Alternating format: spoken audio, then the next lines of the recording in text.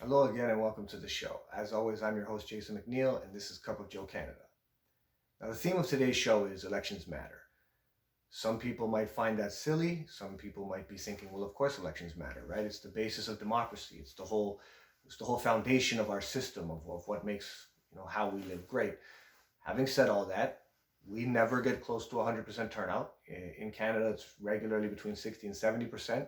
America, probably closer to 55 to 60% voter turnout. So, in spite of knowing that it's the foundation of democracy and it's, what people died for and all the rhetoric that we put towards, getting out the vote, fact is not a lot of people, or not as many as we would like, show up to vote. So that brings me to my message. Elections matter. Now, it's not even just the presidential election, the election of prime minister. We have municipal elections. There's all kinds of elections, and all of them matter. And that's what I want to get into. So, right now in the United States, what we have going on is we have a confirmation hearing for a Supreme Court justice. So, what happens in America is the president nominates someone to be a Supreme Court justice, and then the Senate has hearings and confirms them or rejects them.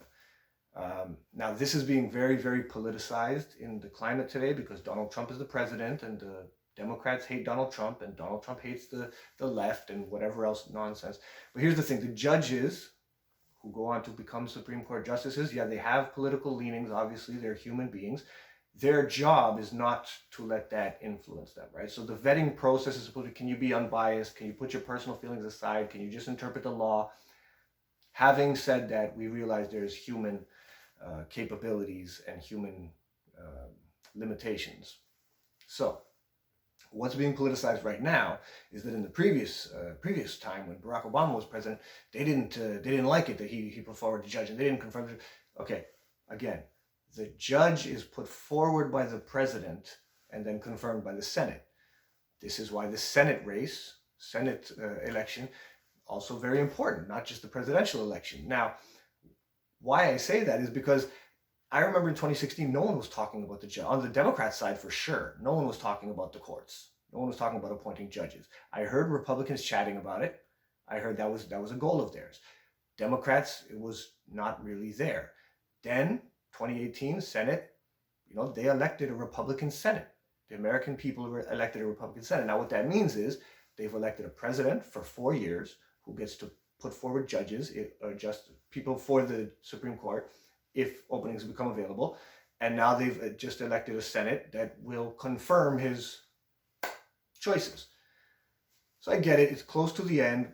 My point being, elections matter, and it's not just for the nonsense reasons that they tell you about during campaigns. You got to dig deeper maybe sometimes and look into it, because elections really do matter, and the people you're electing, they have certain powers and certain authorities that are going to be important throughout the time that they're there. Like, you're not just electing them and then waiting 4 years. In that 4 years, they're doing things like this. They're setting legislation, they're putting forward judges, they're confirming judges, they're making policy. All of the elections are very important. Second, elections are important thing that I want to talk about is Canadian. So recently you might have heard there was the Peel District School Board put out a report, or there was a report put out regarding the Peel District School Board, and it was the systemic racism report. Very, very damning of the Peel District School Board. Now, I'm not going to get into too much details about all of the issues that they found. They did find a lot. I would encourage you to look it up. It's, again, Peel District School Board, anti-racism or systemic racism report. But here's the thing. When you look right into it and you come down to the foundation, it seems that a lot of it starts with the trustees, school trustees. School trustees are, guess what?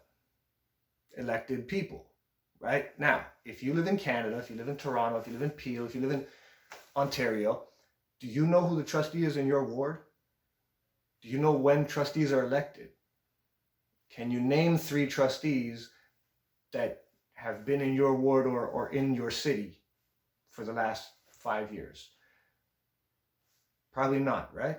This is not, no one talks about it. Now, did you also know that for a lot of people in politics, the first step is becoming a school trustee? You get your political capital, you really don't get too much exposure to the rest of the public, but you get your connections, you get your networking, and then you go on, you become a counselor maybe, and then you go on to MPP or an MP or whatever. So this is very important. And when you got to the crux of the Peel District School Board report, what do? You got to vote these people out. Next time there's an election, and for the next part, the elections are the same time as councilors. Same day. You go in, you elect the mayor, you elect the councilors, and you elect school board trustees. You got to vote them out. You got to know what they're doing, so you have to be engaged. You have to be paying attention. You have to, pay attention on the local level, see what they're doing, see the problems or successes, and then vote these people out. And it has to be important, and maybe media has to make it more important. Media has to maybe expose it, because quite frankly, I don't even think we have enough exposure of council runs.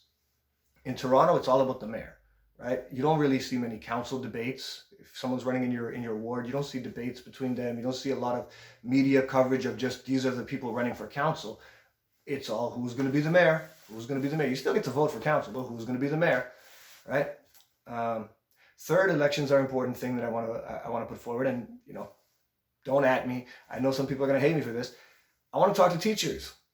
Teachers, I know for a fact there's a lot of you that are not happy with your union.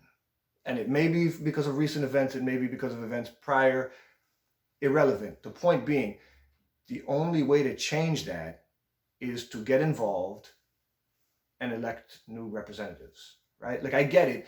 If you're in a union, and especially if you know how to take care of yourself, you don't really feel you need the union.